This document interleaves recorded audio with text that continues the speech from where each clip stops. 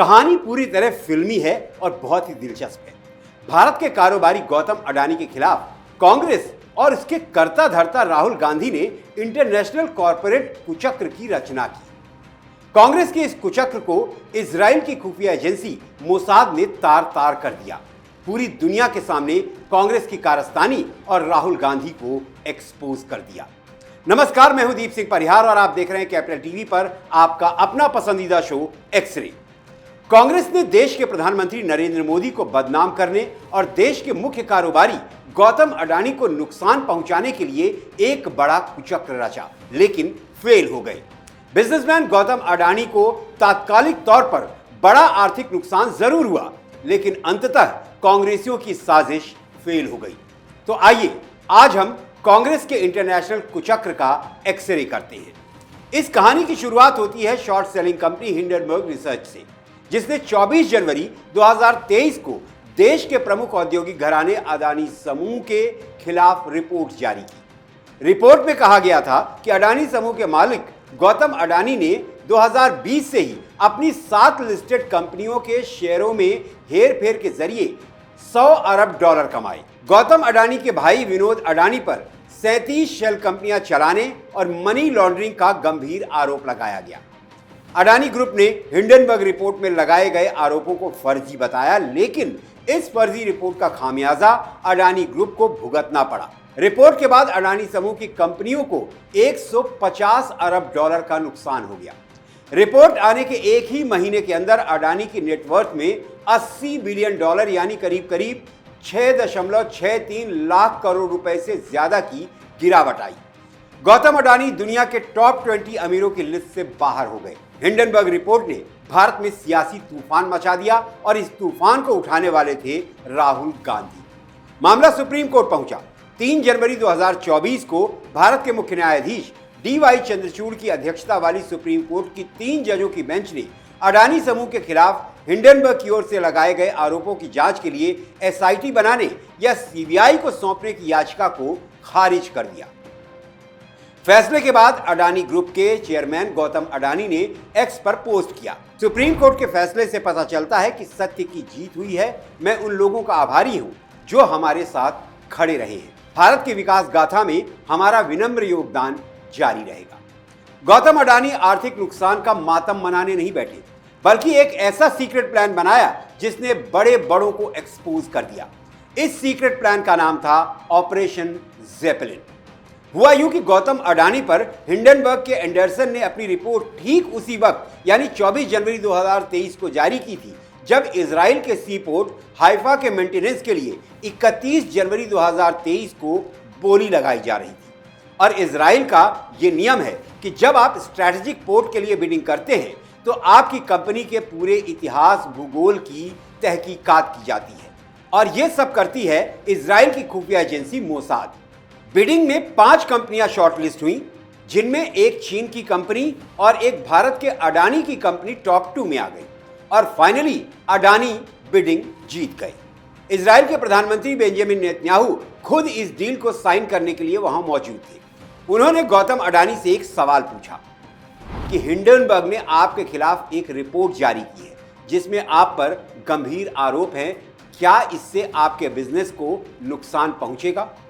गौतम अडानी ने उन्हें जवाब दिया और कहा कि हिंडनबर्ग की रिपोर्ट पूरी तरह से एक झूठ है। उस वक्त बेंजामिन नेतन्याहू मुस्कुराए और कहा, यह अटैक आप पर नहीं है, यह अटैक इजराइल पर है, क्योंकि आप हाइफा पोर्ट के लिए बोली लगाने में शामिल थे, इस वजह से यह अटैक है।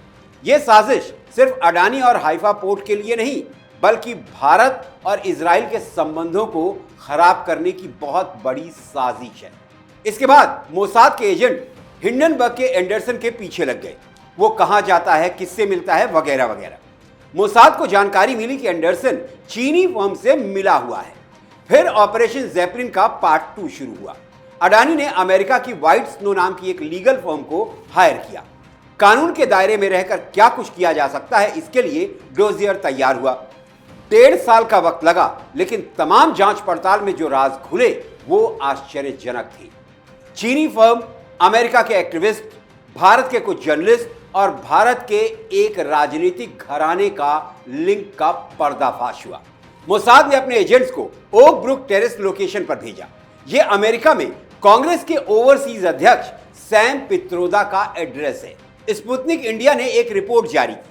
रिपोर्ट में कहा गया कि इजराइल की खुफिया एजेंसी मोसाद ने भारत की मुख्य विपक्षी राजनीतिक पार्टी के हिंडनबर्ग रिसर्च से कथित संबंधों के सबूत तलाशने के लिए इंडियन ओवरसीज कांग्रेस के अध्यक्ष और कांग्रेस सांसद राहुल गांधी के राजनीतिक गुरु सैम पित्रोदा के घरेलू सर्वर को हैक कर लिया। मोसाद के निष्कर्षों का हवाला देते हुए सूत्रों ने दावा किया कि राहुल गांधी, जो मोसाद की चैट में बिटर डायनेस्ट के रूप में शामिल थे, और वही अडानी और मोदी को नुकसान पहुंचाने के लिए एंडरसन की टीम के साथ काम कर रहे थे। अडानी पर हिंडनबर्ग रिपोर्ट के जारी होने के 3 महीने बाद ही मई 2023 में राहुल गांधी ने हिंडनबर्ग के लोगों के साथ मुलाकात की थी। तो यह है राहुल गांधी और उनकी कांग्रेस का चरित्र। यह सारा कुचक्र रचने के पीछे राहुल गांधी के 3 मकसद थे। पहला, हाइफा की बिडिंग में चीन की कंपनी को फायदा पहुंचाना। दूसरा, गौतम अडानी को आर्थिक रूप से ज्यादा नुकसान पहुंचाना। और तीसरा, भारत के प्रधानमंत्री नरेंद्र मोदी की बेदाग छवि को दागदार करना। लेकिन राहुल गांधी और उनकी कांग्रेस पूरी तरह से अपने इस कुचक्र में फेल हो गई। इस पूरे मामले में 21 नवंबर 2024 की तारीख भी बहुत महत्वपूर्ण है। यह तारीख भी इस पूरे मामले में कांग्रेस की साजिश का खुलासा करती है। 21 नवंबर 2024 ये वो तारीख है जब अमेरिका के न्यूयॉर्क में गौतम अडानी और उनके कुछ सहयोगियों के खिलाफ केस दर्ज हुआ। यह वो वक्त था जब भारत में सब लोग गहरी नींद में सो रहे थे। जगे हुए थे तो सिर्फ पीएम मोदी और गौतम अडानी के खिलाफ साजिश रचने वाले। मैं आपको सबूत के साथ दिखाता हूं। सीएनबीसी ने एक खबर छापी कि गौतम अडानी पर न्यूयॉर्क में मुकदमा दर्ज कर लिया गया है। यह खबर अमेरिका में दोपहर 3:50 पर यानी भारतीय समय के अनुसार रात 2:20 पर छापी गई। उसके ठीक 3 मिनट बाद 2:23 पर कांग्रेस के overseas national general secretary Sandeep Wangala इस खबर को एक्स पर पोस्ट करते हैं। कांग्रेस इस खबर पर बहुत जल्दी में थी। जिस सीएनबीसी ने खबर लिखी उसने एक्स पर 2:34 पर अपनी खबर पोस्ट की। जिस हिंडनबर्ग ने यह सारा झूठ फैलाया उसने इस खबर को 2:24 पर पोस्ट किया। बड़ी ही अजीब बात है कि कांग्रेस का आईटी सेल रात को 3 बजे एक्टिव था। कांग्रेस के आईटी सेल ने एमॉक नाम के एक्स हैंडल से गौतम अडानी पर पोस्ट की बौछार कर दी। एक के बाद एक कई पोस्ट किए। उसके बाद 3:19 से लेकर अगले 1 घंटे में प्रॉन्जय गुहा ने 13 से ज्यादा पोस्ट किए। प्रॉन्जय ने भी ये पोस्ट किया कि उन्हें अमेरिका से कॉल किया गया, तब उनकी नींद खुली। अब आप खुद ही अंदाजा लगाइए कि प्रॉन्जय को इतनी रात को अमेरिका से किसने फोन किया होगा। प्रॉन्जय के पोस्ट पर रवि रिप्लाई करता है, नींद से जाग गए। अब ये रवि कौन है ये भी जानना जरूरी है। रवि नायर, संभवतः ये व्यक्ति अमेरिका में ही रहता है और ओसीसीआरपी के लिए काम करता है और प्रॉन्जय का साथी है। ओसीसीआरपी क्या है? इसे फ्रांस के एक अखबार ने एक्सपोज किया है। अखबार में लिखा गया है कि अमेरिका के डीप स्टेट ओसीसीआरपी को फंड देती है और इसका इस्तेमाल प्रोपेगेंडा और दुष्प्रचार के लिए करती है। खैर, उस समय भारत में रात के 3:27 हुए थे जब अरविंद केजरीवाल की आम आदमी पार्टी की नींद खुल गई। मनीष सिसोदिया के farmer communication adviser Abhijit Dipke x पर एक्टिव हुए और कई पोस्ट किए। 4:10 पर कारवा इंडिया के consulting editor Sushant Singh x पर एक्टिव हुए और अडानी मामले पर कुछ पोस्ट किए। 4:25 पर फेक न्यूज क्रिएटर नाम से कुख्यात इस्लामी चरमपंथी जुबैर ने एक्स पर पोस्ट डाला। सुबह 4:30 बजे आम आदमी पार्टी का आरटी सेल नागरिक एक्टिव हुआ और एक्स पर पोस्ट किया। सुबह 5:01 पर बॉब ब्राउन फाउंडेशन ने एक्स पर पोस्ट डाला।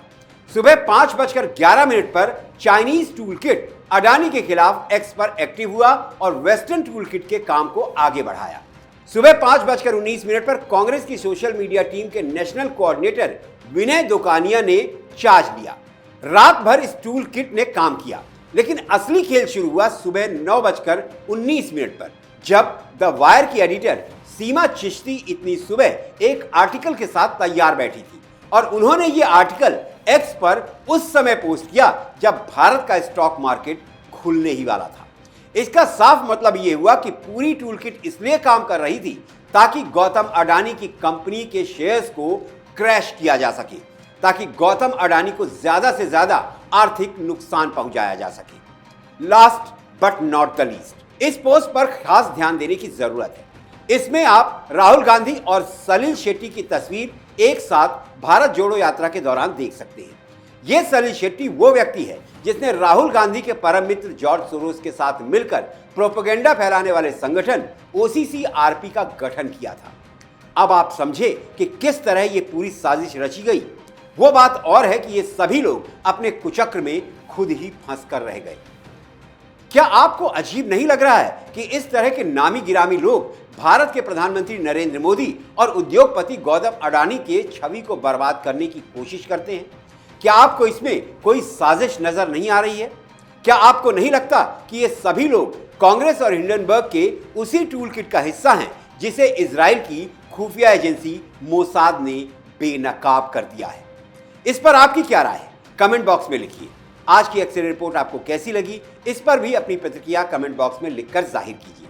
रिपोर्ट को लाइक कीजिए, दोस्तों और परिवार के साथ शेयर कीजिए और हाँ, कैपिटल टीवी को जरूर सब्सक्राइब कीजिए और मुझे आज के लिए इजाजत दीजिए।